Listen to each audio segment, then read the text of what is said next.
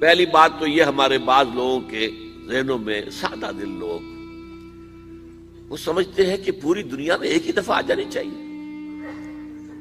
یہ کوئی علاقائی خلافت تو نہیں ہو سکتی، خلافت تو عالمی ہوتی ہے. ان سے میں کہتا ہوں عالمی خلافت کب تھی جناب؟ یہ تو نہ خلافت راشدہ میں عالمی تھی. کیا ہندوستان شامل تھا اس میں؟ کیا چین شامل تھا؟ کیا یورپ شامل تھا؟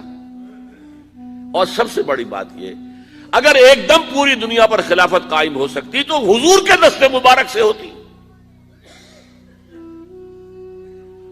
لیکن نہیں ہوئی. نتیجہ کیا نکلا؟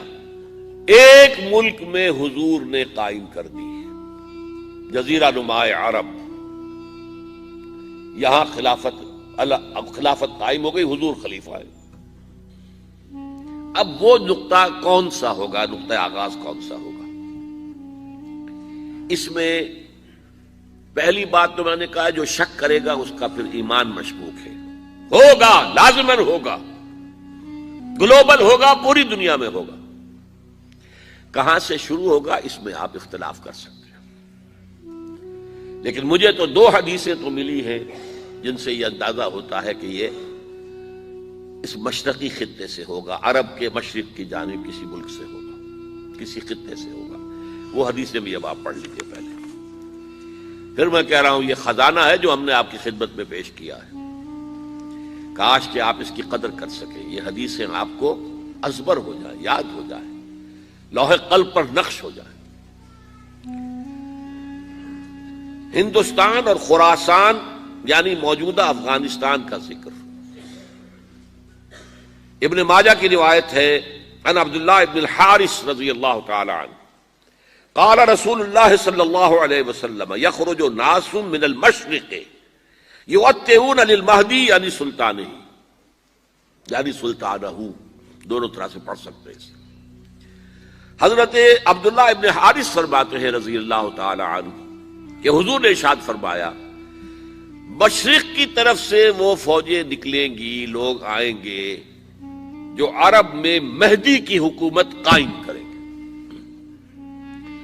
یہ مہدی کون ہوں گے اس کا ذکر میں ذرا بعد میں کروں گا، لیکن نوٹ کر لیجئے کہ مہدی سے پہلے لازماً کسی مشرقی علاقے کے اندر وہ نظام قائم ہو چکے گا، تب وہاں سے فوجیں آئیں گی نا. یہ مشرق کون سا ہے؟ عرب کے مشرق میں آپ چلیے ایران بھی آ جائے گا، افغانستان بھی ہے، پاکستان بھی ہے، اور اگر اسے اور توسیع دیں تو ہندوستان بھی ہے. یہ ہے عرب کا مشرق. اس سے فوجیں جائیں گی. اس کا کیا مطلب ہے کہ اس میں سے کسی جگہ پر نظام خلافت پہلے قائم ہو جائے گا تاکہ وہاں سے فوجیں جائیں گی جو جزیرہ نما عرب میں حضرت مہدی کی حکومت کو قائم کریں گی. اب دوسری حدیث سنیے. یہ سنن ابن ماجہ کی حدیث تھی جو میں نے آپ کو سنائی، آپ نے پڑھی. دوسری عن ابی ہریرہ رضی اللہ تعالی عنہ، یہ ترمذی شریف کی روایت ہے. قال قال رسول اللہ صلی اللہ علیہ وسلم یخرج من خراسان رایات سود لا يردها شیء حتی تنصب بایلیا. خراسان کے علاقے سے سیاہ جھنڈے لے کر فوجیں آئیں گی، ان کا رخ کوئی موڑ نہیں سکے گا، ان کو پیچھے پھیر نہیں سکیں گے کوئی بھی، یہاں تک کہ وہ یروشلم میں جا کر جھنڈے نصب کر دیں گے. ایلیا حضور کے زمانے میں یروشلم کو کہتے تھے. یہ یروشلم تھا جب حضرت سلیمان کی حکومت تھی اور یہاں پر معبد سلیمانی، ہیکل سلیمانی قائم ہوا. پھر یہ یروشلم ہی رہا ہے تاریخ میں، یہاں تک کہ سن 70 عیسوی میں جب ٹائٹس رومی جنرل نے اس کو گرایا، ختم کیا، سیکنڈ ٹیمپل گرا دیا اور یہاں سے یہودیوں کو کہا نکل جاؤ، یہاں سے کوئی یہودی باقی نہیں رہا، بالکل تہو بالا برباد کر دیا.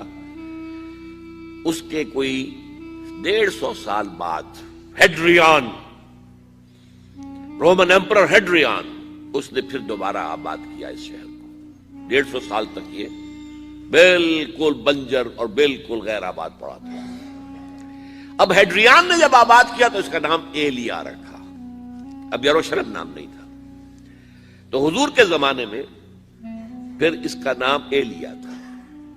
اور اب اس سے کیا معلوم ہو رہا ہے کہ یہ یروشلم مسلمانوں کے قبضے سے اس وقت نکلا ہوا ہوگا. ایک دفعہ پہلے نکلا تھا، سن 1099 عیسوی میں مسلمانوں کے ہاتھ سے نکلا. کروسیڈرز، عیسائیوں نے آ کر اس کو قبضے میں کیا، لاکھوں مسلمانوں کو مارا، قتل کیا. اس کو 1187 عیسوی میں واپس لیا ہے. کس نے لیا ہے؟ صلاح الدین ایوبی. کرد، عرب کھوکھلے ہو چکے تھے، عربوں نے کھویا، واپس نہیں لے سکے. بہت حکومت کر چکے تھے، 400-500 برس کی حکومت کر کے، اور ان کے عیش اور ان کے آرام، اب ان میں جان نہیں تھی کہ وہ واپس لے سکے. واپس لینے والا گرم کرد خون تھا، صلاح الدین ایوبی. تو گویا کہ اب آپ سمجھئے کہ 88 برس تک عیسائیوں کا قبضہ رہا یروشلم پر. اب 1967 میں یہودیوں نے قبضہ کیا ہے، اور اب 38 برس تو ہو گئے، 88 نہیں تو 38 برس تو ہو گئے. لیکن وہ دور آئے گا کہ اب پھر لیں گے. لینے والے عرب بھی نہیں ہوں گے، خراسان کے علاقے سے فوجیں آئیں گی. یہ خراسان کیا تھا؟ ایلیا تو میں نے آپ کو بتا دیا، یروشلم کا نام ہے. خراسان اس زمانے میں ایک بہت بڑے ملک کو کہتے تھے. کچھ حصہ پاکستان کا بھی اس میں شامل ہے، کچھ حصہ ایران کا بھی ہے. ایران کے اس حصے کو اب بھی خراسان کہتے ہیں. وہ ایک صوبہ ہے، خراسان ایک صوبہ ہے ایران کا، چھوٹا سا. پاکستان میں خاص طور پر یہ جو علاقہ مالاکنڈ ایجنسی کہلاتی ہے، اس سے اوپر جتنا علاقہ ہے، اور یہ جو واخان کی ایک پٹی آتی ہے اوپر، واخان افغانستان کی ایک پٹی سی دم سی چلی آتی ہے جو جا کر چائنا کی سرحد سے مل جاتی ہے. یہاں سے لے کے یہاں تک یہ جو مالاکنڈ کا وہ درہ ہے اور پہاڑ ہے، یہ بھی خراسان کا حصہ ہے. باقی تقریباً 2/3 آف افغانستان ساؤدرن حصہ نہیں ہے خراسان کا حصہ، یہ سیستان کہلاتا تھا، یہ خراسان نہیں ہے. لیکن یہ کہ اوپر کا 2/3 آف افغانستان، اور اس کے ساتھ یہ جو عرب، جو اب یہ ترک ممالک آزاد ہوئے ہیں سوویت یونین کے ڈسولوشن کے ساتھ، یہ سارا علاقہ کہلاتا ہے خراسان بزرگ، دی گریٹ خراسان. ایک مرتبہ ایک یہاں کا جو کاؤنسلیٹ ایران کا، وہ آئے تھے میرے پاس، ان کے ایک اہم آدمی. ان سے میں نے پوچھا خراسان، تو پہلے تو ان کا خراسان ہمارا ایک صوبہ ہے. میں نے کہا نہیں مجھے خراسان. او خراسان بزرگ، وہ جو آپ دی گریٹر خراسان کی بات کر رہے ہیں، وہ یہ تھا. پھر میں نے اور ذریعوں سے بھی تحقیق کی. پہلے خیال تھا کہ پورا افغانستان اس میں شامل ہے، لیکن اب معلوم ہوا کہ نہیں، یہ جو جنوبی حصہ ہے یہ سیستان کہلاتا تھا. کچھ بلوچستان کا حصہ اس میں شامل تھا، اور کچھ یہ جنوبی حصہ افغانستان کا. یہاں سے فوجیں جائیں گی، اور یہ فوجیں جا کر خراسان سے چل کر ایلیا پہنچیں گی، یروشلم پہنچیں گی، اور اپنے جھنڈے گاڑ